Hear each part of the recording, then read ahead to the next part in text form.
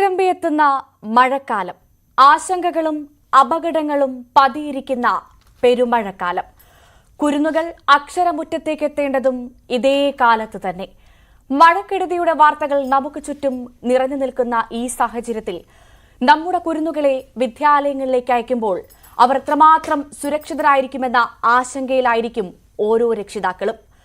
കാലവർഷം കലിതുള്ളി അങ്ങനെ തുടരുമ്പോൾ സ്കൂൾ തുറക്കാൻ ഇനി ദിവസങ്ങൾ മാത്രമേ അവശേഷിക്കുന്നുള്ളൂ. വിദ്യാർത്ഥികളുടെ സുരക്ഷയെപ്പറ്റി ചർച്ച ചെയ്യേണ്ടത് അനിവാര്യമായിരിക്കുകയാണ്. ഈ പെരുമഴക്കാലത്ത് തിരക്ക് പിടിച്ച സ്കൂൾ തുറക്കേണ്ടതുണ്ടോ? ജൂൺ ആദ്യവാരം സ്കൂൾ തുറക്കുക എന്നത് മാറ്റി ചിന്തിക്കണമോ? കുരുന്നുകളുടെ സുരക്ഷയുടെ ഉത്തരവാദിത്യം ആരേറ്റെടുക്കും? നമുക്ക് വിശദമായി പരിശോധിക്കാം. നമുക്കൊപ്പം അതിഥികൾ ചേരുന്നു. MGM school principal Beena Jacob, ഒപ്പം ഒരു രക്ഷിതാവുണ്ട് വാണി ദേവി, KTA general secretary AV Indulal തുടങ്ങിയ 3 അതിഥികൾ നമുക്കൊപ്പം ഇന്ന് വിശദമായി ചർച്ചകൾ പങ്കെടുക്കും. ആദ്യം ഞാൻ KTA ജനറൽ സെക്രട്ടറി AV ഇന്ദുലാലിലേക്കാണ് പോകുന്നത്. ശ്രീ ഇന്ദുലാൽ, ഏറ്റവും പ്രധാനമായി തുടക്കത്തിൽ നമ്മൾ സൂചിപ്പിച്ചതുപോലെ തന്നെ പെരുമഴക്കാലമാണ്. കാലവർഷം ഇന്ന് കേരളത്തിലെത്തി എന്ന് രാവിലെ തന്നെ അപ്ഡേറ്റുകൾ വന്നിരുന്നു. ഈ ഒരു സാഹചര്യത്തിൽ ഒരുപാട് വെള്ളക്കെട്ടുകളുടെ ഒരു സാഹചര്യമാണ്, ചുറ്റും വാർത്തകൾ നമ്മൾ നിരന്തരം കാണുന്നതാണ്. ഈ ഒരു സാഹചര്യത്തിൽ ഈ ആദ്യ വാരം തന്നെ സ്കൂൾ തുറക്കേണ്ടതുണ്ടോ? നമ്മുടെ ഒരു കീഴ്വഴക്കം അനുസരിച്ച് ജൂൺ 1 എന്ന് പറയുന്നത് സ്വാഭാവികമായിട്ടും സ്കൂൾ റീ ഓപ്പണിംഗ് ആണ്. നമ്മുടെ മധ്യവേനൽ അവധി അവസാനിച്ച് സ്കൂളുകൾ തുറക്കുന്നത് ജൂൺ 1. സ്വാഭാവികവശാൽ ഇപ്പോൾ 3-ാം തീയതിയാണ് നമ്മുടെ ഫസ്റ്റ് വർക്കിംഗ് ഡേ വരുന്നത്. അതുകൊണ്ടാണ് ഈ ജൂൺ 3-ാം തീയതി സ്കൂൾ അധ്യയന വർഷം ആരംഭിക്കുന്നത്. ഇവിടെ നേരത്തെ പറഞ്ഞ ആശങ്ക ഒരു വ്യക്തമായിട്ടുള്ള ആശങ്ക തന്നെയാണ്. കാരണം ഇപ്പോൾ സാധാരണയിൽ കവിഞ്ഞ മഴയാണ് ഇത്തവണ ഉണ്ടായിട്ടുള്ളത്. സാധാരണ മെയ് മാസത്തിൽ പകുതി മുതൽ മഴക്കാലമായിട്ട് വന്നിരിക്കുകയാണ്. സ്വാഭാവികമായിട്ടും ഇന്നലത്തേക്ക് മഴ നമ്മൾ നോക്കിക്കഴിയുമ്പോഴേക്കും അതിഭയങ്കരമായിട്ടുള്ള മഴയായിരുന്നു. തിരുവനന്തപുരം എന്നല്ല, കേരളം മുഴുവൻ ആർത്തലച്ച് നിൽക്കുന്ന മഴയാണുള്ളത്. അപ്പോൾ തിരുവനന്തപുരം തലസ്ഥാന നഗരത്തിൽ തന്നെ അങ്ങോട്ടോ ഇങ്ങോട്ടോ പോകാൻ സാധിക്കാത്ത തരത്തിലുള്ള വെള്ളപ്പൊക്കം ഇന്നലെ ഉണ്ടായി. ഈ അവസ്ഥയാണെങ്കിൽ സ്വാഭാവികമായിട്ടും വളരെ ബുദ്ധിമുട്ട് അനുഭവപ്പെടുന്ന ഒരു സാഹചര്യമാണ് ഉള്ളത്. പക്ഷേ വരാൻ പോകുന്ന ദിവസങ്ങൾ എങ്ങനെയാണ് എന്നത് ഇപ്പോൾ ഏകദേശം ഒരു ധാരണ നമുക്കുണ്ട്.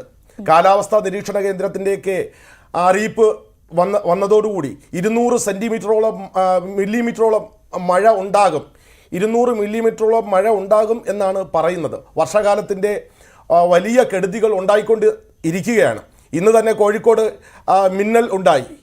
അതിൽ തന്നെ 7 പേർക്ക് മിന്നൽ ഇത് ഉണ്ടായി, ആഘാതമേറ്റു. അപ്പോൾ ഇങ്ങനെയൊക്കെയുള്ള സാഹചര്യത്തിൽ സ്വാഭാവികമായിട്ടും നമ്മുടെ നഗരത്തിലൂടെ റോഡുകൾ ഇന്ന് പരിശോധിച്ചു കഴിഞ്ഞാൽ, തിരുവനന്തപുരം എന്ന് പറയുമ്പോൾ തലസ്ഥാന നഗരമാണ്. തലസ്ഥാന നഗരത്തിലെ റോഡുകൾ പരിശോധിച്ചാൽ തന്നെ വളരെ ശോചനീയമായ അവസ്ഥയാണ്. നമ്മുടെ പ്രധാനപ്പെട്ട റോഡുകൾ തന്നെ പൊട്ടിപ്പൊളിഞ്ഞ നിലയിലാണുള്ളത്. അങ്ങനെയൊക്കെയുള്ളൊരു സ്ഥിതിവിശേഷം വരുമ്പോൾ സ്വാഭാവികമായിട്ടും ഞങ്ങൾക്ക് വളരെ ആശങ്കയുണ്ട്. കാരണം എങ്ങനെയാണ് ഈ കുട്ടികൾ സ്കൂളിലോട്ട് പോകുന്നത്? സ്കൂൾ റീ ഓപ്പണിംഗ് ആയിക്കഴിഞ്ഞാൽ സ്വാഭാവികമായിട്ടും ഗതാഗത കുരുക്ക് വലിയൊരു പ്രശ്നമാകും. റോഡ് ഏത് തോട് ഏത് എന്നറിയാത്ത രീതിയിലുള്ള പോക്കാണ് തലസ്ഥാന നഗരത്തിലും എറണാകുളത്തും ഒക്കെ തന്നെ സംജാതമായിരിക്കുന്നത്. സ്വാഭാവികമായിട്ടും ഗവൺമെൻറ് ഇത് വളരെ മുന്നൊരുക്കം ചെയ്യേണ്ട ഒരു പദ്ധതി കൂടെ ആയിരുന്നു. അതിൻ്റെ കാരണം പറയുമ്പോൾ ഇവിടെ ഈ സ്കൂൾ റീ ഓപ്പണിംഗ് ജൂണിൽ എന്ന് പറയുന്നത് മുമ്പേ നമുക്കറിയുന്ന കാര്യമാണ്. മറ്റ് വകുപ്പുകളെ കൂടെ ഏകോപിപ്പിച്ചുകൊണ്ട്, അതായത് പൊതുമരാമത്ത്, ഡിസാസ്റ്റർ മാനേജ്മെൻറ്റ്, അവരൊക്കെ തന്നെ ഏകോപിപ്പിച്ചുകൊണ്ട് ഒരു സമഗ്രമായിട്ടുള്ള ഒരു മാറ്റം ഉണ്ടാക്കണമായിരുന്നു. നമ്മുടെ റോഡുകളുടെ സ്ഥിതി അത്രമാത്രം ദുസ്സഹമാണ്. അപ്പോൾ ഈ സാഹചര്യത്തിൽ സ്കൂളുകൾ തുറക്കുമ്പോൾ താങ്കളിവിടെ ഉന്നയിച്ച ആശങ്കയ്ക്ക് സത്യസന്ധമായി പറയുകയാണെങ്കിൽ അർത്ഥമുണ്ട്. പക്ഷേ ഒരു അധ്യാപകൻ എന്ന നിലയ്ക്ക് ഞങ്ങളൊക്കെ തന്നെ പുതു സ്കൂൾ വർഷത്തെ വരവേൽക്കാനായിട്ട് സ്കൂളുകൾ ഒരുങ്ങിയിരിക്കുകയാണ്. ഞങ്ങൾക്കൊക്കെ തന്നെ വളരെ സന്തോഷകരമായിട്ടാണ്. പക്ഷേ കാലാവസ്ഥ എങ്ങനെയായിരിക്കും എന്നതിൽ വലിയ ആശങ്കയുമുണ്ട്. തീർച്ചയായും അത് തന്നെയാണ്. നമുക്കൊപ്പം പ്രിൻസിപ്പൽ ചേരുന്നുണ്ട്, ഒരു സ്കൂളിന്റെ പ്രധാന അധ്യാപികയാണ്. അതുകൊണ്ട് തന്നെ ചോദിക്കട്ടെ, നമ്മളിപ്പോൾ ഇരുന്ന് സംസാരിക്കുന്നത് തിരുവനന്തപുരത്താണ്. നമുക്ക് തിരുവനന്തപുരത്തിന്റെ സാഹചര്യം മാത്രം നോക്കുമ്പോൾ ഒരു ദിവസം പെയ്ത മഴയിൽ ഈ നഗരം മുഴുവൻ വെള്ളത്തിലായത് നമ്മൾ കണ്ടതാണ്. അപ്പോൾ സ്വാഭാവികമായും മാതാപിതാക്കളെ സംബന്ധിച്ച് വലിയ ആശങ്കയായിരിക്കും തങ്ങളുടെ കുഞ്ഞുങ്ങളെ സ്കൂളിൽ എത്തിക്കുന്നത് മുതൽ. അപ്പോൾ ടീച്ചറോട് ചോദിക്കാനുള്ളത്, ആദ്യ ദിവസം തന്നെ അല്ലെങ്കിൽ ജൂൺ 3 തന്നെ സ്കൂൾ തുറക്കേണ്ട ഒരു സാധ്യത അത് എത്രമാത്രമുണ്ട്, അല്ലെങ്കിൽ അത് അനിവാര്യമാണോ ആ ഒരു ദിവസം സ്കൂൾ തുറക്കേണ്ടത്, അല്ലെങ്കിൽ നിലവിലെ നമ്മുടെ സാഹചര്യം പരിഗണിച്ച് മാറ്റിവെക്കാൻ സാധിക്കുന്നതാണോ? നമുക്കറിയാം, ഒരു സ്കൂൾ വൈകി തുറക്കുന്നത് പഠനത്തെയും ഒരുപാട് കാര്യങ്ങളെ ബാധിക്കുന്നതാണ്. പാഠഭാഗങ്ങൾ തീർക്കേണ്ടത് ടീച്ചർമാരെ സംബന്ധിച്ച് വലിയ ബുദ്ധിമുട്ടുള്ള കാര്യമാണ്. ആ കാര്യങ്ങളൊക്കെ നിങ്ങൾ പറയുമെന്നും അറിയാം. എന്നാലും ചോദിക്കട്ടെ, കുഞ്ഞുങ്ങളുടെ സുരക്ഷ അത് ഏറ്റവും പ്രധാനമാണ്. അത് മുൻനിർത്തി ഈ ആദ്യ വാരം തന്നെ, പ്രത്യേകിച്ചും ഇനി അങ്ങോട്ടുള്ള ദിവസങ്ങളിൽ മഴ കനക്കുമെന്ന മുന്നറിയിപ്പ് ലഭിച്ച സാഹചര്യത്തിൽ ആ ദിവസം തന്നെ തുറക്കേണ്ടത് അനിവാര്യമാണോ ടീച്ചർ? ആദ്യമേ തന്നെ എല്ലാ കുട്ടികൾക്കും അധ്യാപകർക്കും മാതാപിതാക്കൾക്കും ഒരു നല്ല അധ്യയന വർഷം ആശംസിക്കുകയാണ്. നമുക്കറിയാം, ഈ പെരുമഴയത്ത് സ്കൂൾ തുറക്കണമോ വേണ്ടയോ എന്ന ഒരു ചോദ്യം എന്നോട് ചോദിച്ചാൽ ഒരു മറുചോദ്യം ഞാൻ അങ്ങോട്ട് ചോദിക്കേണ്ടി വരും. കാരണം പെരുമഴയത്ത് തന്നെയാണ് നമ്മൾ സ്കൂൾ തുറന്നത്, അല്ലെങ്കിൽ തുറന്നിരുന്നത്, അല്ലെങ്കിൽ പെരുമഴയത്ത് തന്നെയല്ലേ നമ്മൾ സ്കൂൾ തുറക്കുന്നത്? ഇങ്ങനെ ഒരു മറുചോദ്യമാണ് ഞാൻ നിങ്ങളോട് ചോദിക്കുന്നത്. നമുക്കറിയാം, തീർച്ചയായും ജൂൺ 1 കാലവർഷം എത്തും, സ്കൂളുകൾ തുറക്കും, കുട്ടികളൊക്കെ മഴയത്ത് നനഞ്ഞു കുതിർന്ന് സ്കൂൾ ക്ലാസ് റൂമുകളിലേക്ക് കടന്നു വരുന്ന ഈ ഒരു കാഴ്ച സർവ്വസാധാരണമാണ്. മാത്രമല്ല, സ്കൂൾ തുറക്കുക എന്ന ഒരു കാര്യം അല്ലെങ്കിൽ ഒരു വാർത്ത കേൾക്കുമ്പോൾ തന്നെ നമ്മുടെ മനസ്സിലേക്ക് കടന്നു വരുന്ന ചിത്രവും അതാണ്. പക്ഷേ ഇന്ന് ഈ പെരുമഴയത്ത് സ്കൂൾ തുറക്കണമോ വേണ്ടയോ എന്ന ഒരു ആശങ്ക അല്ലെങ്കിൽ ഒരു ചോദ്യം സമൂഹത്തിൽ നിന്ന് ഉയർന്നു വരുമ്പോൾ, അല്ലെങ്കിൽ നമ്മൾ പരസ്പരം ചോദിക്കുമ്പോൾ എന്താണ് അതിൻ്റെ കാരണം എന്നത് നമുക്ക് കൃത്യമായി അറിയാം. ഈ ദിവസങ്ങളിൽ പെയ്ത മഴ അത് വരുത്തിവെച്ച കെടുതികൾ തന്നെയാണ് അതിൻ്റെ കാരണം. 1 മണിക്കൂർ കൊണ്ടോ അല്ലെങ്കിൽ 2 മണിക്കൂർ കൊണ്ടോ അല്ലെങ്കിൽ ഒരു ദിവസം കൊണ്ടോ 2 ദിവസം കൊണ്ടോ പെയ്ത മഴ ഗ്രാമപ്രദേശങ്ങളെ ആകെ അല്ലെങ്കിൽ നഗരങ്ങളെ ആകെ വെള്ളത്തിലാഴ്ത്തുകയും നമ്മൾ കണ്ടു കിണറുകൾ ഇടിഞ്ഞു താഴുന്നത്, റോഡുകൾ ഒലിച്ചു പോകുന്നത്, വൃക്ഷങ്ങളൊക്കെ കടപുഴകി വീണ് ഗതാഗതം തടസ്സം സൃഷ്ടിക്കുന്നതൊക്കെ നമ്മൾ കണ്ടതാണ്. എന്തുകൊണ്ടാണ് ഇങ്ങനെ സംഭവിക്കുന്നത്? ഇതിൻ്റെ കാരണം നമ്മൾ തന്നെയാണ് എന്നത് ഒരു വലിയ സത്യമാണ്. പക്ഷേ സ്കൂളുകൾ അടച്ചിടുന്നത് ഇതിനൊരു പരിഹാരമാണോ?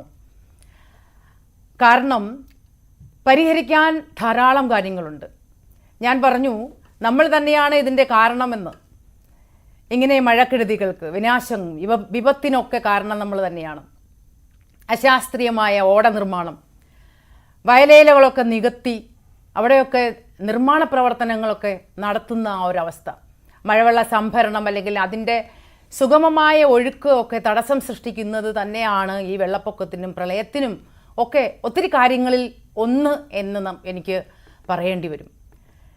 ഇവിടെ സ്കൂൾ അടച്ചിട്ടാൽ ഇതിന് ഒരു പരിഹാരമുണ്ടോ? നമുക്കറിയാം, നമുക്ക് നഷ്ടപ്പെട്ടു പോയ അല്ലെങ്കിൽ നഷ്ടമായിക്കൊണ്ടിരിക്കുന്ന പുഴകളും അരുവികളും നദികളും കൈത്തോടുകളും നീർച്ചാലുകളുമൊക്കെ ഒരു കാലത്ത് ഭൂമിയിലേക്ക് പെയ്തിറങ്ങിയ മഴയൊക്കെ 2 കൈയും നീട്ടി സ്വീകരിച്ച് സംഭരിച്ച് സുഗമമായി ഒഴുക്കുവാനുള്ള അല്ലെങ്കിൽ ഒഴുകുവാനുള്ള ഒരു അവസരം അല്ലെങ്കിൽ അത് സൃഷ്ടിച്ചു കൊടുക്കുവാനായിട്ട് പ്രകൃതി തന്ന ഒരു തനതായ മാർഗങ്ങളാണ്. പക്ഷേ ഇന്ന് അതൊക്കെ നമുക്ക് നഷ്ടപ്പെട്ടു പോയി.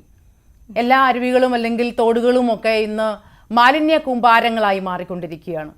അതുകൊണ്ട് തന്നെ മഴവെള്ളം സംഭരിക്കാനോ അല്ലെങ്കിൽ അത് സുഗമമായി ഒഴുക്കുവാനോ ഇത് തടസ്സം സൃഷ്ടിക്കുന്നു എന്നതാണ് നമുക്ക് മനസ്സിലാക്കേണ്ട ഒരു കാര്യം. ഇത് തന്നെയാണ് മഴക്കെടുതികൾക്ക് കാരണം എന്നും നമുക്ക് വ്യക്തമായും ശക്തമായും പറയാം. ഈ പുഴകളെയും, നശിച്ചു പോകുന്ന ഈ പുഴകളെയും അരുവികളെയും തോടുകളെയും ഒക്കെ നമുക്ക് വീണ്ടെടുക്കാനാകും എന്നത് ഗവൺമെൻറ് തലത്തിലൊക്കെ ചിന്തിക്കേണ്ട ഒരു കാര്യമാണ് എന്നതാണ് എനിക്ക് പറയാനുള്ളത് ഇപ്പം. പക്ഷേ സ്കൂളുകൾ തുറക്കണം, കുട്ടികൾ സ്കൂളിലേക്ക് വരണം, അവരുടെ പഠനം തുടരണം. ശരി, ദയവായി 3 അതിഥികളും എന്നോടൊപ്പം തുടരുക. ഇപ്പോൾ പ്രധാനമന്ത്രി നരേന്ദ്രമോദി അദ്ദേഹം കന്യാകുമാരിയിൽ 3 ദിവസത്തെ ധ്യാനത്തിനായി തിരിക്കുന്നു. അതിന്റെ തത്സമയത്തിലേക്കൊന്ന് പോവേണ്ടതുണ്ട്, അതുകൊണ്ട് ദയവായി ക്ഷമിക്കുക. ഇപ്പോൾ പ്രധാനമന്ത്രി നരേന്ദ്രമോദി ധ്യാനത്തിനായി കന്യാകുമാരിയിലേക്ക് എത്തുകയാണ്. അദ്ദേഹം കന്യാകുമാരിയിലേക്ക് എത്തുന്നതിന്റെ അല്പസമയത്തിനകം അല്ലെങ്കിൽ ഉടൻ തന്നെ നിമിഷങ്ങൾക്കകം അദ്ദേഹം കന്യാകുമാരിയിലേക്ക് എത്തും എന്നാണ് മനസ്സിലാക്കുന്നതിന്റെ തത്സമയ ദൃശ്യങ്ങളാണ് നമ്മൾ കാണുന്നത്.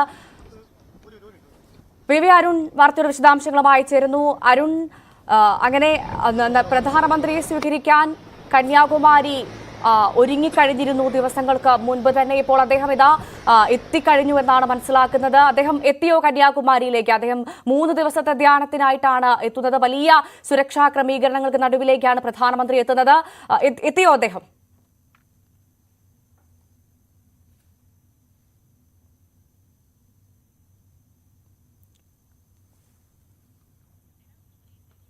അരുൺ, കേൾക്കാമോ? പ്രധാനമന്ത്രി നരേന്ദ്രമോദി 3 ദിവസത്തെ ധ്യാനത്തിനായി കന്യാകുമാരിയിലേക്ക് എത്തുകയാണ്. വലിയ സുരക്ഷാ ക്രമീകരണങ്ങളാണ് കന്യാകുമാരിയിൽ ഒരുക്കിയിരിക്കുന്നത്. അദ്ദേഹം ഉടൻ തന്നെ അല്പസമയത്തിനകം കന്യാകുമാരിയിലേക്ക് എത്തുമെന്നാണ് മനസ്സിലാക്കുന്നത്. വി അരുൺ തുടരുന്നുണ്ട്. അരുൺ, പ്രധാനമന്ത്രി എത്തിയോ? എന്താണ് അവിടെ നിന്ന് ലഭിക്കുന്ന ഏറ്റവും പുതിയ വിവരങ്ങൾ? ഹെലികോപ്റ്ററുകൾ ഇവിടെ എത്തി. അല്പസമയം 2 ഹെലികോപ്റ്ററുകൾ ഇവിടേക്ക് എത്തി. സ്വാഭാവികമായും പ്രധാനമന്ത്രിയുടെ ഹെലികോപ്റ്റർ ആകാനുള്ള സാധ്യതയുണ്ട്. ഇതിന് കുറച്ചപ്പുറത്താണ് പ്രധാനമന്ത്രി ഇറങ്ങുന്ന ഹെലിപാഡ്. തമിഴ്നാട് ഗസ്റ്റ് ഹൌസിനോട് ചേർന്നുള്ള ഗസ്റ്റ് ഹൌസിന്റെ ഏരിയയിലുള്ള ഹെലിപാഡ് അദ്ദേഹം ഇറങ്ങുന്നത്. നമ്മളിപ്പോൾ കാണുന്നത് പ്രധാനമന്ത്രി ധ്യാനമിരിക്കാൻ പോകുന്ന വിവേകാനന്ദ പാറയും തൊട്ടടുത്തുള്ള തിരുവള്ളൂർ പ്രതിമയുമാണ്. ഇവിടെയാണ് അല്പസമയത്തിനകം പ്രധാനമന്ത്രി ഹെലിപാഡിൽ ഇറങ്ങിയ ശേഷം അവിടെ നിന്ന് അമ്മൻ കോവിൽ ദർശനവും കഴിഞ്ഞ് ഇവിടേക്കാണ് ബോട്ടിൽ എത്തുക. അതിനുള്ള ബോട്ടടക്കം എല്ലാ സജ്ജീകരണങ്ങളും ഇവിടെ നേരത്തെ തന്നെ പൂർത്തിയായി കഴിഞ്ഞു. നമുക്ക് ഈ ദൃശ്യങ്ങളിൽ കാണാം. ഇന്ത്യൻ നാവികസേനയുടെ വലിയ സുരക്ഷാ ക്രമീകരണങ്ങൾ ഇവിടെയുണ്ട്. നാവികസേന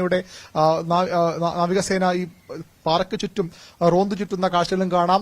വലിയ യുദ്ധക്കപ്പലുകളടക്കം സുരക്ഷയുടെ ഭാഗമായി ഇതിന്റെ ഈ പാറയുടെ വലതുവശത്ത് തിരുവള്ളൂർ പ്രതിമയുടെ പിറകിലായി ഇന്ത്യൻ സുരക്ഷാ സേനയുടെ വലിയ പടക്കപ്പലുകൾ അടക്കം നങ്കൂരമിട്ടിരിക്കുന്നു. പ്രധാനമന്ത്രിയുടെ സുരക്ഷയ്ക്ക് വേണ്ടിയുള്ള സംവിധാനങ്ങളാണ്. അത്യന്തം തന്ത്രപരമായ മേഖലയാണിത്.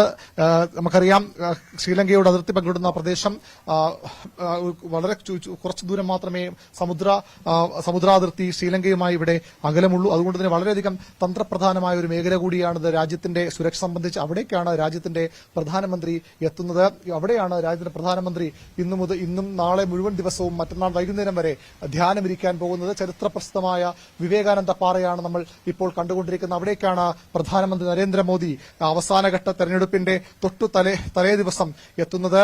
1-ാം തീയതി അവസാനഘട്ട തെരഞ്ഞെടുപ്പിലേക്ക് പോകുമ്പോൾ അദ്ദേഹം മത്സരിക്കുന്ന വാരണാസി ഉൾപ്പെടെ മണ്ഡലങ്ങൾ വോട്ടെടുപ്പിലേക്ക് പോകുമ്പോൾ പ്രധാനമന്ത്രി ധ്യാനമിരിക്കാനെത്തുന്ന വിവേകാനന്ദ പാറയാണ് നമ്മൾ ഇപ്പോൾ കണ്ടുകൊണ്ടിരിക്കുന്നത്. അല്പസമയത്തിനകം അദ്ദേഹം ഇവിടേക്ക് എത്തുമെന്നാണ് പ്രതീക്ഷിക്കപ്പെടുന്നത്. വലിയ സുരക്ഷാ ക്രമീകരണങ്ങളാണ് എങ്ങും ഏർപ്പെടുത്തിയിട്ടുള്ളത്. ഇതിന് ചുറ്റുമുള്ള കെട്ടിടങ്ങളുടെ മുകളിൽ പോലും പോലീസ് ഉദ്യോഗസ്ഥർ വലിയ ഒരു സേനാ വിന്യാസമുണ്ട്. തമിഴ്നാട് പോലീസും അതുപോലെ തന്നെ കേന്ദ്ര ഏജൻസികളും SPG അടക്കമുള്ള എല്ലാ കേന്ദ്ര സുരക്ഷാ സംവിധാനങ്ങളും ഇവിടെ പ്രധാനമന്ത്രിയുടെ സുരക്ഷ ഒരുക്കാൻ കടലിലും കരയിലും വലിയ സുരക്ഷാ ക്രമീകരണങ്ങൾ, ആകാശത്തും വലിയ ക്രമീകരണങ്ങൾ, അതായത് ഹെലികോപ്റ്റർ അടക്കം നിരീക്ഷിക്കാനായി എത്തുന്നുണ്ട്. ഈ കപ്പലുകൾ ഇവിടേക്ക് ഈ ബോട്ടുകളിൽ ഉദ്യോഗസ്ഥർ ഈ ചുറ്റും പട്രോളിംഗ് നടത്തുന്ന ദൃശ്യങ്ങളും നമുക്ക് കാണാനാകുമെന്ന് കരുതുന്നു. അത്യന്തം സുരക്ഷാ സംവിധാനങ്ങൾക്കിടയിലേക്കാണ് രാജ്യത്തിന്റെ പ്രധാനമന്ത്രി നരേന്ദ്രമോദി തീർച്ചയായും അത്യന്തം സുരക്ഷാ സംവിധാനങ്ങൾക്കിടയിലേക്ക് പറന്നിറങ്ങുന്ന പ്രധാനമന്ത്രി, രാജ്യത്തിന്റെ പ്രധാനമന്ത്രിയാണ് ആ ഹെലികോപ്റ്ററിൽ എന്നാണ് മനസ്സിലാക്കുന്നത്. അദ്ദേഹം കന്യാകുമാരിയിലേക്ക് എത്തുകയാണ്. കന്യാകുമാരിയിലെ വിവേകാനന്ദ പാറയിൽ 3 ദിവസം ധ്യാനത്തിനായാണ് പ്രധാനമന്ത്രി എത്തുന്നത്. അദ്ദേഹത്തിന്റെ ഹെലികോപ്റ്ററാണ് കാണുന്നതെന്നാണ് മനസ്സിലാക്കുന്നത്. പ്രധാനമന്ത്രി വിവേകാനന്ദ പാറയിലേക്ക് എത്തുകയാണ്.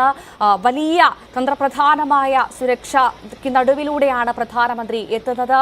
3 ദിവസമായുള്ള അദ്ദേഹത്തിന്റെ സന്ദർശനത്തിന്, അദ്ദേഹം ധ്യാനത്തിനെത്തുമ്പോൾ അദ്ദേഹത്തിനായുള്ള സുരക്ഷാ ക്രമീകരണങ്ങൾ ദിവസങ്ങൾക്ക് മുൻപേ ഒരുങ്ങിയിരുന്നു. പ്രത്യേകിച്ചും കന്യാകുമാരി, തമിഴ്നാട് എല്ലാം അതീവ സുരക്ഷയിലാണ് ഇപ്പോൾ ഉള്ളത്. വലിയ സുരക്ഷ പ്രധാനമന്ത്രിക്കായി ഒരുക്കിയിട്ടുണ്ട്. സന്ദർശകർക്കടക്കം വിലക്കുണ്ട് എന്നാണ് മനസ്സിലാക്കുന്നത്. വി അരുൺ തുടരുന്നുണ്ട്. അരുൺ സൂചിപ്പിച്ചതുപോലെ തന്നെ സന്ദർശകർക്ക് പ്രത്യേകിച്ചും കന്യാകുമാരി ക്ഷേത്രത്തിലേക്ക് എത്രമാത്രം വിലക്കുണ്ട്? വിവേകാനന്ദ പാറയിലേക്ക് തീർത്തും സന്ദർശക വിലക്കുണ്ടാകും അല്ലേ? ഒരിടത്തേക്കും ഇപ്പോൾ സന്ദർശകരെ കടത്തിവിടുന്നില്ല. ടൂറിസ്റ്റുകൾക്ക് പൂർണ്ണമായും നിയന്ത്രണമാണ്. ടൂറിസ്റ്റുകൾ ഉണ്ടെങ്കിൽ തന്നെ അവർ വന്ന് താമസിക്കുന്ന ഏതെങ്കിലും ഹോട്ടലുകളിൽ മാത്രം അവർക്ക് തൽക്കാലത്തേക്ക് തുടരാനാകും. അങ്ങനെ അത്തരത്തിൽ ഇവിടെ പല ഹോട്ടലുകളുടെയും മട്ടുപ്പാവുകളിൽ നമുക്ക് ഈ ടൂറിസ്റ്റുകളായി എത്തിയവരെ കാണാനും കഴിയുന്നുണ്ട്. ആരെയും അവിടെ കടത്തിവിടില്ല. കന്യാകുമാരി ഗസ്റ്റ് ഹൌസിന്റെ സമീപത്തേക്ക് പോലും ആരെയും കടത്തിവിടില്ല. പ്രധാനമന്ത്രി വന്നു പോകുന്നതുവരെ ഒരുപക്ഷെ ഇത് തന്നെയാകും സാഹചര്യങ്ങൾ. നമുക്കറിയാം, ഈ കെട്ടിടങ്ങളുടെയൊക്കെ മുകളിൽ പലയിടത്തും ആളുകൾ നിൽക്കുന്നു. സുരക്ഷാ ഉദ്യോഗസ്ഥർക്ക് അപ്പുറത്തേക്ക് പലയിടത്തും ഇതിന്റെയൊക്കെ ബാൽക്കണികളിൽ ആളുകൾ പ്രധാനമന്ത്രിയെ ദൂരെ നിന്നെങ്കിലും കാണാൻ വേണ്ടി നിൽക്കുന്നുണ്ട്. അവർ പലരും ടൂറിസ്റ്റുകളാണ്. അവരിൽ പലരും ഇവിടേക്ക് വിനോദസഞ്ചാരം വന്നവരുണ്ട്. പക്ഷേ വന്ന സമയം പൂർണ്ണമായും തെറ്റിപ്പോയി എന്ന് പറയേണ്ടി വരും. കാരണം ഒരു തരത്തിലും ഇവിടേക്ക് ആർക്കും പ്രവേശിക്കാൻ കഴിയാത്തത്ര സുരക്ഷാ ക്രമീകരണങ്ങളാണ്. കാരണം അത് അത്യധികം സുരക്ഷ അനിവാര്യവുമാണ് ഇവിടെ. കാരണം പ്രധാനമന്ത്രി നരേന്ദ്രമോദി എത്തുമ്പോൾ സ്വാഭാവികമായും നിരവധി സുരക്ഷാ പ്രശ്നങ്ങളുണ്ടാകും. രാജ്യം തെരഞ്ഞെടുപ്പിന്റെ അവസാന ഘട്ടം നീങ്ങുന്ന സമയമാണ്. അതുകൊണ്ട് തന്നെ ഒരു തരത്തിലുള്ള പഴുതുകളും സുരക്ഷയുടെ കാര്യത്തിൽ പാടില്ല. ഇതിവിടെ ഒരു തരത്തിലുള്ള പഴുതുകളും പ്രധാനമന്ത്രിയുടെ സുരക്ഷയുടെ കാര്യത്തിൽ പാടില്ലെന്ന കർക്കശം ബുദ്ധിയോടുകൂടിയാണ് ഉദ്യോഗസ്ഥർ ഇവിടെ പ്രവർത്തിക്കുന്നത്. അതുകൊണ്ട് തന്നെയാണ് ഇത്രയധികം സുരക്ഷാ ക്രമീകരണങ്ങൾ. വിവേകാനന്ദ പാറയിലേക്ക് ഈ പ്രധാനമന്ത്രി പോകുന്നവരെ ആരെയും കടത്തിവിടില്ല. ഒരുപക്ഷെ കന്യാകുമാരി ക്ഷേത്രത്തിലേക്കും ബീച്ചിലേക്കുമൊക്കെ നാളെയൊക്കെ വലിയ നിയന്ത്രണങ്ങളോടുകൂടി ആളുകളെ കടത്തിവിടാൻ സാധ്യതയുണ്ട്. നമുക്കറിയാം, വിജനമാണ് ഈ ഭാഗമെല്ലാം. നമുക്ക് വിവേകാനന്ദ പാറ മാത്രമല്ല, അവിടേക്കുള്ള വഴികൾ, കച്ചവട സ്ഥാപനങ്ങളൊക്കെ നമുക്ക് ഇവിടെ ആ ദൃശ്യങ്ങളിലേക്ക് നമുക്ക് പോകാൻ കച്ചവട സ്ഥാപനങ്ങളൊക്കെ പൂർണ്ണമായും വ്യക്തമാണെന്നാലും പ്രധാനമന്ത്രി നരേന്ദ്രമോദി വിവേകാനന്ദ പാറയിലേക്ക് എത്തുകയാണ്. അദ്ദേഹത്തിന്റെ ഹെലികോപ്റ്റർ അവിടെ എത്തിയെന്നാണ്, കന്യാകുമാരിയിൽ എത്തിയെന്നാണ് മനസ്സിലാക്കുന്നത്. പ്രധാനമന്ത്രി നരേന്ദ്രമോദി കന്യാകുമാരിയിൽ എത്തിയിരിക്കുകയാണ്. വിവിയാരുണാണ് വിവരങ്ങൾ പങ്കുവച്ചത്.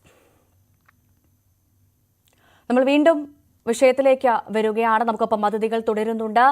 ഈ പെരുമഴക്കാലത്ത് വിദ്യാലയങ്ങൾ തുറക്കണമോ എന്നാണ് നമ്മുടെ ചോദ്യം. നമുക്കൊപ്പം അതിഥികൾ തുടരുന്നു. ഒപ്പം ഒരു രക്ഷിതാവുണ്ട്, ഡോക്ടർ വാണിദേവി.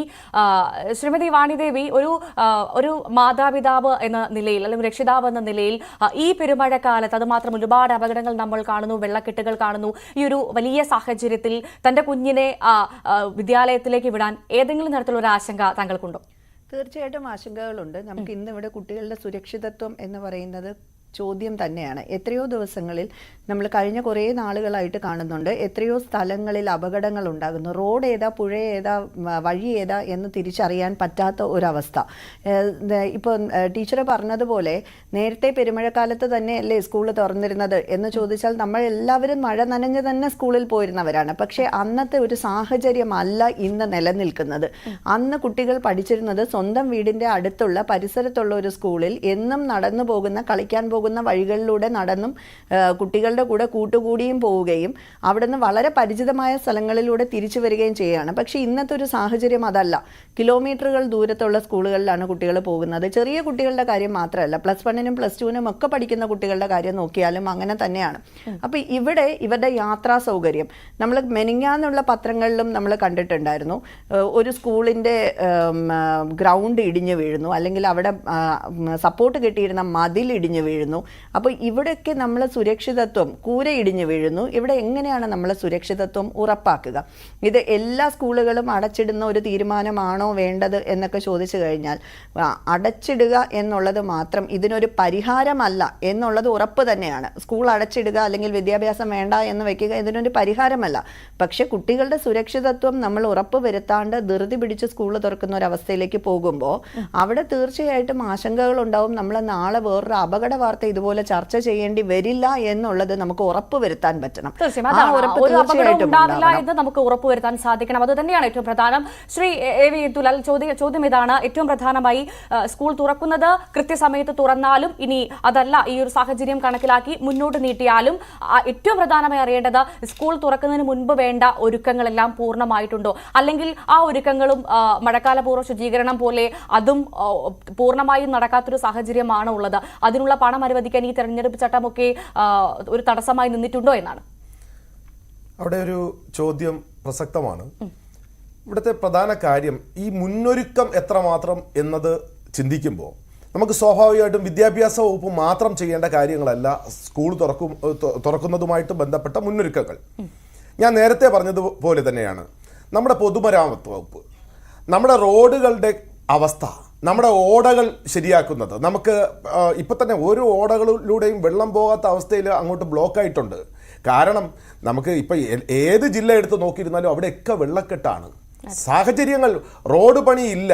കഴിഞ്ഞ കുറേ കാലങ്ങൾ കൊണ്ട് റോഡുകളിലൊന്നും തന്നെ, നമ്മളൊക്കെ യാത്ര ചെയ്യുന്നവരാണല്ലോ, അപ്പോൾ റോഡിലൊന്നും തന്നെ ഒരു വർക്കും നടക്കുന്നില്ല. ഇപ്പോൾ നടന്നെങ്കിൽ തന്നെയും കുറേയൊക്കെ നടക്കുന്നുണ്ട്, ഇല്ലെന്ന് നമ്മൾ പറയുന്നില്ല, അടച്ച് ആക്ഷേപിക്കുകയല്ല. മറിച്ച് നടന്നുകൊണ്ടിരിക്കുന്ന തിരുവനന്തപുരം നഗരത്തിലെ തന്നെ റോഡുകൾ എടുക്കാം, അത് ഇപ്പോൾ തീരുന്ന അവസ്ഥയിലാണോ?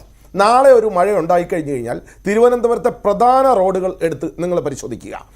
അത് പരിശോധിച്ച തന്നെയുള്ള അവസ്ഥ, അതൊക്കെയാണ് ഈ രക്ഷിതാവ് അടക്കമുള്ള രക്ഷിതാക്കളുടെ ആശങ്ക. അപ്പോൾ ആശങ്കയ്ക്കിടയില്ലാതെ ഭരണാധികാരികൾ തീർച്ചയായിട്ടും അവിടെ ഒരു ആശങ്കയ്ക്ക് വിരാമം ഇട്ടുകൊണ്ടുള്ള പ്രവർത്തനം നമുക്ക് മുന്നൊരുക്കത്തിൽ നടത്തിയിരുന്നെങ്കിൽ, ഒപ്പം തന്നെ ഡിസാസ്റ്റർ മാനേജ്മെൻറ്റ് നമുക്ക്, അത് മാത്രമല്ല ഈ സ്കൂളുകളിൽ എന്താണ് അവിടെയൊക്കെയാണ് ഈ ക്യാമ്പുകൾ എടുക്കുന്നത്, ദുരിതാശ്വാസ ക്യാമ്പുകളായിട്ട് എടുക്കുന്നതും നമ്മുടെ സർക്കാർ എയ്ഡഡ് സ്കൂളുകളാണ് സ്വാഭാവികമായിട്ടും. അങ്ങനെ വരുമ്പോൾ ഇവിടെ ഉണ്ടാവുന്ന ഈ കടൽക്ഷോഭമായിരുന്നിരുന്നാലും വെള്ളപ്പൊക്കമായിരുന്നാലും ഇത്തരം സാഹചര്യങ്ങളെയൊക്കെ നേരിടാൻ നമ്മുടെ സ്കൂളുകളിൽ ഉപയോഗിക്കും. ആ ഒരു കാര്യം കൂടെ മുന്നിൽ കണ്ടുകൊണ്ട് ഒരു മുന്നൊരുക്കത്തിൻ്റെ കുറവ് ഉണ്ട് എന്നതിൽ തർക്കമില്ലാത്ത കാര്യമാണ്. അപ്പോൾ അതുണ്ടായിരുന്നുവെങ്കിൽ ആശങ്കയില്ല. നമുക്ക് ഞങ്ങളെല്ലാം പറയുന്നത് ജൂണിൽ തന്നെ, ജൂൺ 1-ാം തീയതി, ഇവിടെ ഇപ്പോൾ ജൂൺ 3-ാം തീയതി സ്കൂൾ തുറക്കണം. കാരണം ഒരു അധ്യയന വർഷത്തിൻ്റെ ആരംഭം നമ്മൾ ശീലിച്ചത് ശരിയാണ്, നമ്മളെല്ലാം അതിന് റെഡിയാണ്, നമ്മുടെ കുട്ടികളെല്ലാം ഉത്സാഹത്തിലാണ്. പക്ഷേ അതോടൊപ്പം തന്നെ ഇത്തരത്തിലുള്ള ആശങ്കകളില്ലാത്ത തരത്തിൽ തുറന്നിരുന്നുവെങ്കിൽ ഇവിടെ ഒരു പ്രശ്നവുമില്ല. ഇന്ന് മാനം കറുത്തു കഴിഞ്ഞാൽ രക്ഷിതാവല്ല, എല്ലാവർക്കും ആശങ്കയാണ്. എന്തൊക്കെയാണ് ദുരിതങ്ങൾ ഉണ്ടാകാൻ പോകുന്നതെന്ന് അറിയില്ല. ആ നിലയ്ക്കാണ് ഇവിടുത്തെ ഓരോ ദിവസത്തെയും സ്ഥിതിവിശേഷം മുന്നോട്ട് പോയിക്കൊണ്ടിരിക്കുന്നത്. ഒരുപക്ഷെ താങ്കൾ നേരത്തെ ഉന്നയിച്ചതുപോലെ സാമ്പത്തികമാണെങ്കിൽ അത് സർക്കാർ വെളിവാക്കേണ്ട കാര്യമാണ്, അതിനെന്തൊക്കെയാണ് അതിൽ ഉണ്ടാകേണ്ടത്. പക്ഷേ എന്തായിരുന്നിരുന്നാലും അതിൻ്റെ കുറവുകൾ കാണുന്നു എന്നതിൽ ഒരു സംശയവും വേണ്ട. തീർച്ചയായും ടീച്ചർ, അവിടെയാണ് ഇപ്പോൾ പറയുന്നത് മുന്നൊരുക്കം ഉണ്ടായില്ല എന്ന കാര്യത്തിൽ തർക്കമില്ല എന്നാണ് പ്രധാനമായും പറയുന്നത്. ആ ഒരു സാഹചര്യത്തിൽ ഒരു രക്ഷിതാവ് പറഞ്ഞു തങ്ങൾക്ക് ആശങ്കയുണ്ട്, തങ്ങളുടെ കുഞ്ഞുങ്ങളെ സ്കൂളിലേക്ക് അയക്കുന്നതിൽ ആശങ്കയുണ്ട് എന്ന് പറയുന്നു. അതേ സമയത്ത് തന്നെ മുന്നൊരുക്കം പൂർണ്ണമായിട്ടില്ല എന്ന് പറയുന്നു. ഇതൊക്കെ മാറ്റി നിർത്തുമ്പോൾ സമയത്ത് തന്നെ ഒരു കുഞ്ഞ് സ്കൂളിലേക്ക് വരുമ്പോൾ ആ മാതാപിതാക്കൾക്ക് മാത്രമല്ല വ്യക്തമായ ഉത്തരവാദിത്തം ആ സ്കൂളിനും സ്കൂൾ അധികൃതർക്കും ഉണ്ട്. ആ കുഞ്ഞ് അതേപോലെ തിരിച്ച് സുരക്ഷിതനായി അവന്റെ വീട്ടിലെത്തുന്നത് വരെ, അതിന് ആ സുരക്ഷയ്ക്ക് എന്തൊക്കെ കാര്യങ്ങളാണ് ഒരു സ്കൂൾ ചെയ്തിരിക്കുന്നത് ഇതുവരെ, ഈ നിമിഷം വരെ? മഴ എത്തുന്നതിന് മുൻപ് കുട കരുതി വെക്കണമായിരുന്നു. പക്ഷെ നമ്മൾ അത് കരുതി വെക്കാഞ്ഞത് കൊണ്ടാണ് ഇങ്ങനെ ഒരു ചോദ്യം ചോദിക്കേണ്ടി വരുന്നത്. തീർച്ചയായിട്ടും മെയ് അവസാന വാരത്തോടുകൂടി ഗവൺമെൻറ്റിൽ നിന്ന് നമുക്കൊരു സർക്കുലർ വരാറുണ്ട്.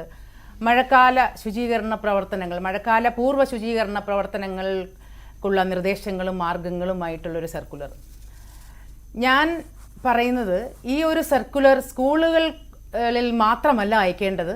ഇത് ജില്ലാതലത്തിൽ, ബ്ലോക്ക് തലത്തിൽ, വാർഡ് തലത്തിലൊക്കെ ഇത് കൊടുക്കുമെങ്കിൽ തീർച്ചയായിട്ടും ഈ പൂർവ്വകാല പ്രവർത്തനങ്ങളൊക്കെ, മഴക്കാല പൂർവ്വ പ്രവർത്തനങ്ങളൊക്കെ സുഗമമായി നടക്കുകയും അത് സമൂഹത്തിൻ്റെ ഉത്തരവാദിത്വം, അല്ലെങ്കിൽ അത് സർക്കാരിൻ്റെ ഉത്തരവാദിത്വം, സമൂഹവും സർക്കാരും കൂടെ ഒരുമിക്കുമ്പോൾ തീർച്ചയായിട്ടും അത്ഭുതങ്ങൾ നമുക്ക് കാണാൻ കഴിയും. നമ്മുടെ കുഞ്ഞ് അല്ലെങ്കിൽ നമ്മുടെ കുഞ്ഞുങ്ങൾ വീട്ടിലിരിക്കില്ല. ഇങ്ങനെ ഒരു ചർച്ച പോലും വേണ്ടി വരില്ല. തീർച്ചയായിട്ടും ഞങ്ങളുടെ സ്കൂൾ MGM ഗ്രൂപ്പിൻ്റെ ഭാഗമാണ്. എല്ലാ മുന്നൊരുക്ക പ്രവർത്തനങ്ങളും ഞങ്ങൾ നടത്തിയിട്ടുണ്ട്.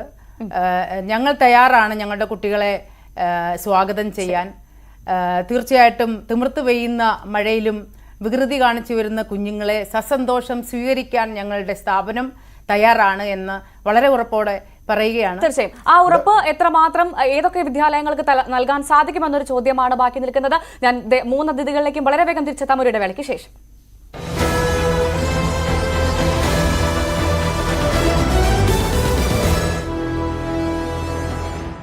വളരെ ചെറിയ സമയത്തിനുള്ളിൽ അദ്ദേഹം ഇവിടെ നിന്ന് പറന്നുയരും. കന്യാകുമാരിയിലേക്കാണ് അദ്ദേഹത്തിൻ്റെ യാത്ര. ഈ തിരഞ്ഞെടുപ്പിൻ്റെ അവസാന ലാപ്പിൽ അത് വളരെ നിർണായകമായ ഒരു കാര്യം തന്നെയാണ് നരേന്ദ്രമോദിയുടെ ഭാഗത്ത് നിന്ന്. അത് BJP വിശദീകരിക്കുന്നത് അദ്ദേഹത്തിൻ്റെ ജീവിതത്തിൻ്റെ ഒരു ആകെത്തുകയുണ്ട്. അദ്ദേഹം ആധ്യാത്മികവുമായി ബന്ധപ്പെട്ട് അദ്ദേഹം നടത്തുന്ന ഇതുവരെയുള്ള പ്രവർത്തനങ്ങൾ, അദ്ദേഹത്തിൻ്റെ ജീവിതചര്യ, അതിൽ ഭാരതത്തിൻ്റെ സംസ്കാരം ഉയർത്തിക്കാട്ടുന്നതിന് നരേന്ദ്രമോദിയുടെ പങ്ക്, അതിൻ്റെ ഒരു ഏറ്റവും പ്രധാനപ്പെട്ട ഏടായി തന്നെയാണ് ഈ സംഭവത്തെ, വിവേകാനന്ദ പാറയിൽ അദ്ദേഹം ധ്യാനനിരതനാകുന്നതിനെ BJP വിശദീകരിക്കുന്നത്. പക്ഷേ കോൺഗ്രസിൻ്റെ ഭാഗത്ത് നിന്ന്, ഇന്ത്യ മുന്നണിയുടെ ഭാഗത്ത് നിന്ന് ആരോപണങ്ങൾ ഇതിനകം തന്നെ ഉയർന്നു കഴിഞ്ഞു. അവർ പറയുന്നത് ഇത് ഒരു ഗിമ്മിക്കാണ്, രാഷ്ട്രീയ നാടകമാണ്. ഏറ്റവും ഒടുവിൽ തന്നെ ജനങ്ങളെ കബളിപ്പിക്കുന്നതിന് വേണ്ടി ഇങ്ങനെ ഒരു യാത്ര നടത്തുന്നു, ധ്യാനമിരിക്കുന്നു. മാത്രവുമല്ല, തമിഴ്നാട്ടിലെ കോൺഗ്രസ് ഘടകം ഒരു ചുവട് കൂടി മുന്നിലാണ്. അവർ പറയുന്നത് ഇങ്ങനെ ധ്യാനമിരുന്നാൽ തങ്ങളും കന്യാകുമാരിയിൽ ധ്യാനമിരിക്കും, അതിനുള്ള സംവിധാനങ്ങൾ അവർ ഒരുക്കുകയാണ്. അതായത് ഒരു മീഡിയ അറ്റൻഷൻ, രാജ്യത്തിൻ്റെ മുഴുവൻ ശ്രദ്ധയും നരേന്ദ്രമോദിയിലേക്ക് പോകുന്നു. തിരഞ്ഞെടുപ്പ് അതിൻ്റെ ഫൈനൽ റൗണ്ടിലേക്ക് കടക്കുമ്പോൾ അദ്ദേഹം ഇങ്ങനെ ഒരു കാര്യം ചെയ്യുന്നതിന് അതേ നാണയത്തിൽ എതിരിടുക, അതിനെ ചെറുക്കുക, രാഷ്ട്രീയമായി അതിനെ ചെറുക്കുക എന്ന ഒരു നിലപാടിലേക്ക് കോൺഗ്രസും എത്തുന്നു, ഇന്ത്യ മുന്നണി എത്തുന്നു, AICC നേതൃത്വം എത്തുന്നു. ആ നിലയ്ക്കുള്ള ഒരു യാത്രയായി ഇത് മാറുന്നുണ്ട്. പ്രധാനമന്ത്രി വെറുതെ സന്ദർശിച്ച് മടങ്ങുകയല്ല, അദ്ദേഹം അവിടെ ധ്യാനനിരതൻ ആവുകയാണ്. ഏതാണ്ട് 45 മണിക്കൂറോളം വിവേകാനന്ദ പാറയിൽ അദ്ദേഹം ചെലവിടും. ഇന്ന് വൈകിട്ടോടുകൂടി കന്യാകുമാരി അമ്മൻ കോവിലിൽ ആദ്യം ദർശനം നടത്തും. അതിനുശേഷം അദ്ദേഹം ബോട്ട് മാർഗം വിവേകാനന്ദ പാറയിലേക്ക് സഞ്ചരിക്കും. അവിടെ പ്രധാനമന്ത്രിക്ക് വേണ്ടിയുള്ള ഒരുക്കങ്ങൾ ഉണ്ട്. 41 കടലോര ഗ്രാമങ്ങളിൽ വലിയ വഴിതടച്ച സുരക്ഷാ സംവിധാനമാണ് ഏർപ്പെടുത്തിയിട്ടുള്ളത്. കന്യാകുമാരിയുമായി ചേർന്ന 41 കടലോര ഗ്രാമങ്ങളുണ്ട്. അവിടെ എല്ലാം തന്നെ കേന്ദ്രസേനയുടെ, തമിഴ്നാട് പോലീസിൻ്റെയും ഒക്കെയും വലിയ സുരക്ഷാ സംവിധാനം.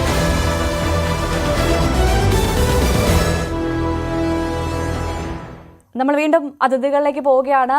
ശ്രീമതി വാണിദേവി, നമ്മളിപ്പോൾ ഒരു സ്കൂൾ തുറക്കുന്ന സമയത്ത് നമ്മൾ കാണാറുണ്ട്, ഒരു ചെറിയൊരു മഴ പെയ്താൽ പോലും കുഞ്ഞുങ്ങൾ ഈ അതത് ജില്ലയിലെ കളക്ടറിന്റെ പോസ്റ്റിന് താഴെ അല്ലെങ്കിൽ FB പോസ്റ്റിന് താഴെ കൃത്യമായിട്ട് പോയിട്ട് അവധിയുണ്ടോ എന്ന് ചോദിക്കുന്ന കമന്റുകൾ നമ്മൾ കാണാറുണ്ട്. പക്ഷേ ഈ സ്കൂൾ തുറക്കുന്നതിന് മുൻപ് പോലും അത്തരത്തിലുള്ള കമന്റുകൾ കൃത്യമായി വന്നു തുടങ്ങി. അത് എന്തുകൊണ്ടാണ്? കുഞ്ഞുങ്ങൾക്ക് സ്കൂളിൽ പോകാനുള്ള പേടി കൊണ്ടാണോ അതോ മടി കൊണ്ടാണോ? എന്താണ് ഒരു അമ്മ എന്ന നിലയിൽ തോന്നുന്നത്?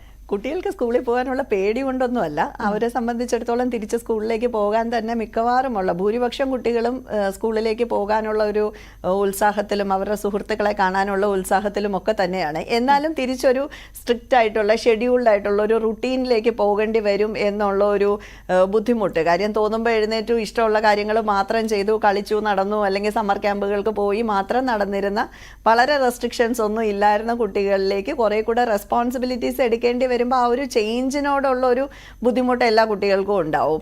അതിൻ്റെ ഭാഗമായിട്ടായിരിക്കാം ഇവർ പോയി ഈ ചോദ്യങ്ങൾ ചോദിക്കുന്നത്. പക്ഷെ അതിനകത്തൊരു രക്ഷിതാവ് എന്നുള്ള നിലയിൽ പറയുമ്പോൾ കളക്ടേഴ്സ് അവധി പ്രഖ്യാപിക്കുന്നുണ്ടെങ്കിൽ നേരത്തും കാലത്തും പ്രഖ്യാപിക്കണം എന്നുള്ളൊരു അപേക്ഷയുണ്ട്. കാര്യം നമ്മുടെ CBSE സ്കൂളുകൾ നോക്കിക്കഴിഞ്ഞാൽ, അല്ലെങ്കിൽ ഇനിയിപ്പോൾ ഒരു സ്റ്റേറ്റ് സിലബസ് സ്കൂളാണെങ്കിൽ പോലും കുട്ടികളാരും 9 മണിക്ക് ശേഷം വീട്ടിൽ നിന്ന് സ്കൂളിലേക്ക് പോകുന്നവരല്ല. അവരൊക്കെ നേരത്തെ തന്നെ സ്കൂളിലേക്ക് പോകാനുള്ള തയ്യാറെടുപ്പുകൾ എടുക്കുകയും സ്കൂളിലേക്ക് പോവുകയും ഒരു 7-7:30 കൂടി തന്നെ നമുക്ക് ധാരാളം കുട്ടികളെ നിരത്തുകളിൽ കാണാൻ പറ്റും. അപ്പോൾ ഈ തയ്യാറെടുപ്പുകൾ എടുത്ത് അവർ സ്കൂളിൽ സുരക്ഷിതരായി പോകും എന്നുള്ള പ്രതീക്ഷയിൽ ജോലിക്ക് പോകുന്ന മാതാപിതാക്കൾ പകുതി വഴിക്ക് എത്തുമ്പോൾ സ്കൂളില്ല, അല്ലെങ്കിൽ ഇന്ന് പ്രവൃത്തി ദിവസമല്ല എന്നൊക്കെ അറിയേണ്ടി വരുന്നത് വളരെയധികം ബുദ്ധിമുട്ടുകൾ ഉണ്ടാക്കുന്ന ഒരു കാര്യമാണ്. അപ്പോൾ അങ്ങനെ ഒരു അവധി പ്രഖ്യാപിക്കുന്നെങ്കിൽ ലാസ്റ്റ് മൊമെന്റിലേക്ക് വെക്കാതെ നേരത്തെ പ്രഖ്യാപിക്കണമെന്നും അതിന് സഹായിക്കുന്ന തരത്തിലുള്ള നമ്മുടെ കാലാവസ്ഥാ പ്രവചനങ്ങളൊക്കെ ഉപയോഗപ്പെടുത്തണം എന്നുള്ള ഒരു അപേക്ഷയുണ്ട് എല്ലാവരോടും.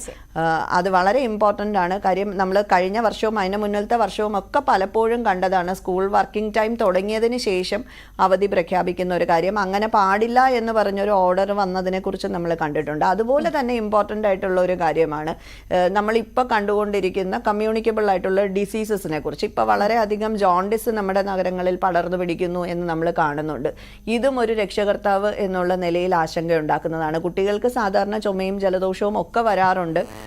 പ്രകൃതിയുമായി ഇണങ്ങി തന്നെ അവർ ജീവിക്കണം, ഇതെല്ലാം വേണം എന്ന് പറയുമ്പോഴും ഇപ്പോൾ കുട്ടികളിൽ വരുന്ന ഇൻഫെക്ഷൻസ് ഏത് ലെവൽ വരെ പോകുന്നുണ്ട് എന്നുള്ളത് പലർക്കും ആശങ്കകളുണ്ട്. പ്രത്യേകിച്ചും ഈ നനഞ്ഞ സോക്സും ഒക്കെ ഇട്ടുകൊണ്ട് ക്ലാസ്സിൽ വന്ന് ദിവസം മുഴുവൻ ഇരിക്കേണ്ടി വരിക, യൂണിഫോം ഉണങ്ങി കിട്ടാനുള്ള ബുദ്ധിമുട്ട്, ഇതെല്ലാം ഒരു രക്ഷകർത്താവ് എന്നുള്ള നിലയിൽ ആശങ്ക ഉണ്ടാക്കുന്ന ഒരു കാര്യം തന്നെയാണ്. അപ്പോൾ ഈ യൂണിഫോമിലൊക്കെ സ്ട്രിക്ട്നെസ് വെക്കുന്നതിൻ്റെ കൂടെ സ്കൂളൊക്കെ തുറക്കുന്ന സമയത്ത് കുട്ടികൾക്ക് സോക്സ് വേണ്ട, അല്ലെങ്കിൽ ഷൂസും സോക്സും ഇടാതെ ചെരുപ്പിട്ട് ക്ലാസ്സിൽ വരാൻ പറ്റുന്ന ഒരു നിയമവും ഒക്കെ കൊണ്ടുവന്നാൽ, അല്ലെങ്കിൽ ആ രീതിയിൽ കാലാവസ്ഥയ്ക്ക് അനുസൃതമായിട്ടുള്ള ഒരു വസ്ത്രധാരണത്തിനുള്ള ഒരു സാഹചര്യവും ഒക്കെ സ്കൂളിൽ കൊണ്ടുവരണം എന്നൊരു അപേക്ഷ സ്കൂൾ അധികൃതരോടും ഉണ്ട്. തീർച്ചയായും വ്യക്തമാണ്. ശ്രീ വി ഇന്ദുലാൽ, നമ്മൾ നേരത്തെ ടീച്ചർ പറഞ്ഞൊരു കാര്യമുണ്ട്, ഞങ്ങളുടെ സ്കൂൾ തയ്യാറാണ് കുഞ്ഞുങ്ങളെ വരവേൽക്കാൻ, കുസൃതി കുടുക്കകളെ വരവേൽക്കാൻ ഞങ്ങളുടെ സ്കൂൾ തയ്യാറാണെന്ന് ടീച്ചർ പറയുമ്പോൾ അത് ഈ കേരളത്തിലെ മറ്റെത്ര സ്കൂളുകൾ അതിന് തയ്യാറാണ്, അല്ലെങ്കിൽ സ്കൂൾ അധികൃതർ തയ്യാറാണെങ്കിൽ മറ്റു വകുപ്പുകളുടെ ഏകോപനം അത് എത്രമാത്രം ഉണ്ട് എന്നുള്ളൊരു വലിയ ചോദ്യം ബാക്കി നിൽക്കുന്നുണ്ട്. അതോ അതുപോലെ അതിന്റെ കൂടെ ഒരു ചോദ്യം കൂടെ ഞാൻ ചോദിക്കുകയാണ്. ഈ ജാഗ്രതാ നിർദ്ദേശം നമ്മൾ എല്ലാ ഇപ്പൊ മത്സ്യത്തൊഴിലാളികൾക്ക് നമ്മൾ ജാഗ്രതാ നിർദ്ദേശം നൽകുന്നു, അങ്ങനെ എല്ലാ മേഖലയിലും നമ്മൾ ജാഗ്രതാ നിർദ്ദേശം നൽകുന്നുണ്ട്. എന്തുകൊണ്ടൊരു സ്കൂളിന് അല്ലെങ്കിൽ വിദ്യാർത്ഥികൾ പാലിക്കേണ്ട ജാഗ്രതാ നിർദ്ദേശം എന്തുകൊണ്ട് ഇറക്കുന്നില്ല ഇതുവരെ? അല്ല, ഇവിടെ സ്കൂളുകൾ കേരളത്തിലെ പൊതുവിദ്യാലയങ്ങളെ സംബന്ധിച്ചിടത്തോളം 100% സ്കൂളുകൾ മുന്നൊരുക്കം ചെയ്തു കഴിഞ്ഞു. സ്കൂൾ തലത്തിൽ ചെയ്തു കഴിഞ്ഞു, ഇല്ല എന്ന് പറയുന്നില്ല. അവിടെ PTA ആയിരുന്നാലും സ്കൂളായിരുന്നാലും ഗവൺമെന്റും വിദ്യാഭ്യാസ വകുപ്പും ഒക്കെ അതിന് വേണ്ടുന്ന എല്ലാ കാര്യങ്ങളും ചെയ്തു കൊടുത്തിട്ടുണ്ട്. അതിന്റെ മുന്നൊരുക്കത്തിനുള്ള സർക്കുലറും കാര്യങ്ങളും എല്ലാം തന്നെ ചെയ്തിട്ടുണ്ട്, ഇല്ല എന്ന് നമ്മൾ പറയുന്നില്ല.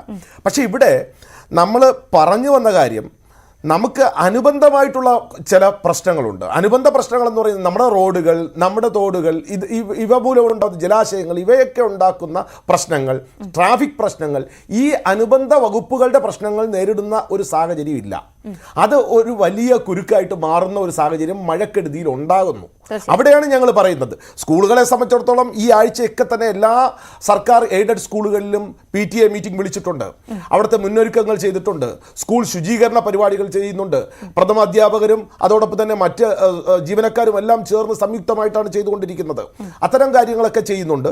അതിനുള്ള സർക്കുലർ വിവിധ ഡിപ്പാർട്ട്മെന്റുകൾ, ഹയർ സെക്കൻഡറി, സെക്കൻഡറി, അതോടൊപ്പം തന്നെ വൊക്കേഷണൽ ഹയർ സെക്കൻഡറി എല്ലാ തലത്തിലും കൊടുത്തിട്ടുണ്ട്. അത്തരത്തിലുള്ള കാര്യങ്ങളിലൊന്നും സംശയമില്ല.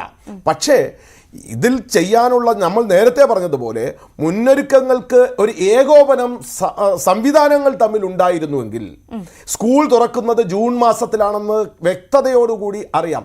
40 ലക്ഷത്തോളം കുട്ടികളാണ് നമ്മുടെ വരുന്നത്. അവരുടെ രക്ഷിതാക്കൾ എല്ലാം പൊതുനിരത്തിലോട്ട് ഇറങ്ങുകയാണ്. ഇവരൊന്നും ഈ സമയത്തില്ല.